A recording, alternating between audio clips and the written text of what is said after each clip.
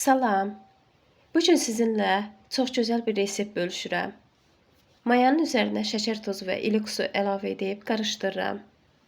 Unun üzərinə duz, yağ, yumurta, xamar, sirkə, aktivləşmiş maya və çox az süd əlavə edib yaxşı xəmir yoğururam. Xəmir hazır olduqdan sonra isə 35-40 dəqiqə dinləndirirəm. Ətin üzərinə yaxşı sıxılmış soğan və ədviyyatlar əlavə edib yoğurub 15 ədəd yumru topu hazırlayıram. Mayalanmış xəmirdən 8 ədəd top hazırlayıram. 10 dəqiqə gözlətdikdən sonra isə yağlanmış masanın üzərinə yayıb və qatların arasına yağlayaraq yığıram. Sonra isə göstərdiyim kimi büküb 15 hissəyə bölürəm.